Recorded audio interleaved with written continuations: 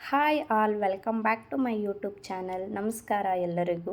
Okay, ನಾವು one day trip ಅಂತ ಬ್ಯಾಂಗ್ಳೂರಿಂದ ಧರ್ಮಸ್ಥಳಕ್ಕೆ ಹೊರಟ್ವಿ. ನಿಮಗೆ ಗೊತ್ತಲ್ವ ಬ್ಯಾಂಗ್ಳೂರು ಟ್ರಾಫಿಕ್ ಹೇಗಿರುತ್ತೆ ಅಂತ. ಸೊ ಮನೆಯಿಂದ ಆಟೋಗೆ ಬಂದ್ವಿ, ಅಲ್ಲಿಂದ ಮೆಟ್ರೋ ಸ್ಟೇಷನ್ಗೆ ಹೋದ್ವಿ. ಮೆಟ್ರೋಯಿಂದ ಹೋದರೆ ಬೇಗ ರೀಚ್ ಆಗ್ಬೋದು. ಮೆಜೆಸ್ಟಿಕ್ಕಿಗೆ ಅಂತ ಹೋದ್ವಿ. ನಾವು ಮೆಜೆಸ್ಟಿಕ್ಕಿಗೆ ಹೋಗಿ ಅಲ್ಲಿಂದ ಬಸ್ ಹಿಡಿದು ಧರ್ಮಸ್ಥಳಕ್ಕೆ ಹೋಗಬೇಕಿತ್ತು. ಸೊ ಅಲ್ಲಿಂದ ಹೊರಟ್ವಿ. ಧರ್ಮಸ್ಥಳಕ್ಕೆ ರೀಚ್ ಆಗುವಷ್ಟರಲ್ಲಿ ಒಂದು ಬೆಳಗಿನ ಜಾವ 4 ಗಂಟೆ ಆಗಿತ್ತು. ನಾವು ಅಲ್ಲಿ ಹೋಗಿ ರೂಮ್ ಹುಡುಕಿ ಫ್ರೆಶ್ ಅಪ್ ಆಗಿ ಹೊರಗೆ ಬರುವಷ್ಟರಲ್ಲಿ ಒಂದು 6:30 ಆಗಿತ್ತು. 6:30ಯಿಂದ ದರ್ಶನಕ್ಕೆ ಹೋಗ್ಬೇಕಂತ ಹೊರಗಡೆ ಬಂದ್ವಿ. ನೀವೇ ನೋಡ್ತಿದ್ದೀರಲ್ಲ ಹೊರಗಡೆ ಎಷ್ಟು ಚೆನ್ನಾಗಿತ್ತು ಅಂತಂದರೆ ಫುಲ್ ಗ್ರೀನರಿ, ಕ್ಲೈಮೇಟ್ ಒಂಥರ ಎಷ್ಟು ಫುಲ್ ಚೆನ್ನಾಗಿತ್ತು. ಯಾವಾಗಲೂ ಮಳೆ ಬರುತ್ತೆ ಇಲ್ಲೇ ನೋಡೋಕ್ಕೆ ಒಂಥರ. ಓಕೆ, ನಾವು ಇಲ್ಲಿಂದ ದರ್ಶನ ಮಾಡಬೇಕು ಅಂತ ದೇವ್ರ ಮುಂದ್ಗಡೆ ಬಂದ್ವಿ. ಮುಂದ್ಗಡೆ ಬಂದರೆ ಆಲ್ರೆಡಿ ಜನರು ದರ್ಶನ ಮಾಡಿ ಅಷ್ಟು ಬೇಗ ಆಲ್ರೆಡಿ ವಾಪಸ್ ಬರ್ತಾ ಇದ್ರು. ನಾವು ಹೊರಟು ಹೋಗಿ ಕ್ಯೂ ನಿಲ್ಲಬೇಕು ಅಂತ ಹೋಗ್ತಾ ಇದ್ವಿ.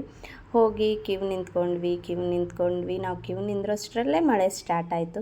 ಸೊ ಮಳೆ ಎಷ್ಟು ಚೆನ್ನಾಗಿ ಬರ್ತಿತ್ತು, ವ್ಯೂ ಎಷ್ಟು ಚೆನ್ನಾಗಿತ್ತು ಅಂತಲೇ ಹೇಳಿದರೆ ಹೇಳಲಿಕ್ಕಾಗೋದಿಲ್ಲ, ಅಷ್ಟು ಖುಷಿ ಆಗ್ತಾ ಇತ್ತು.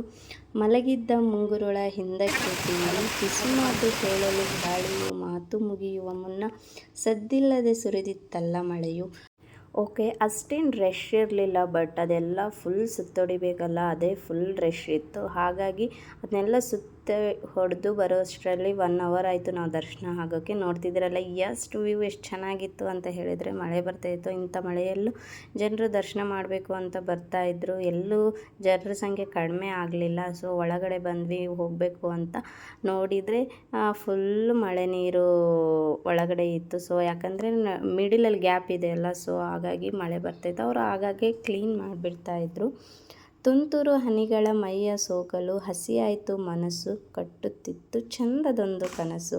ನೋಡಿದ್ರಲ್ಲ ಮಳೆ ಬರ್ತಾಯಿದ್ರೆ ಎಷ್ಟು ಖುಷಿ ಆಗುತ್ತೆ ಅಂದರೆ, ಮಳೆ ಅಂದರೆ ಯಾರಿಗಿಷ್ಟ ಇಲ್ಲ ಅಲ್ವಾ. ಓಕೆ, ಅಲ್ಲಿಂದ ಮುಗಿಸಿ ನಾವು ಹೊರಟಿದ್ದು ಕುಕ್ಕೆ ಸುಬ್ರಹ್ಮಣ್ಯಗೆ. ಅಲ್ಲಿಂದ 1:30 ಗಂಟೆ ಆಗುತ್ತೆ ಅಂತ ಹೇಳಿದ್ರು. ಸೊ ಬಸ್ ಹಿಡಿದು ಹೊರಟ್ವಿ.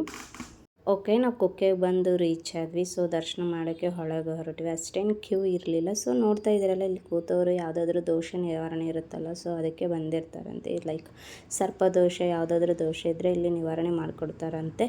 ನಾವು ಹಾಗೆ ಇಲ್ಲಿ ದರ್ಶನ ಪಡೆದು ಹಳೆ ದೇವಸ್ಥಾನ, ಇದು ನಾವು ಬಂದಿರೋದು ಫಸ್ಟು ಹೊಸ ದೇವಸ್ಥಾನ, ಇದು ಹಳೆ ದೇವಸ್ಥಾನ.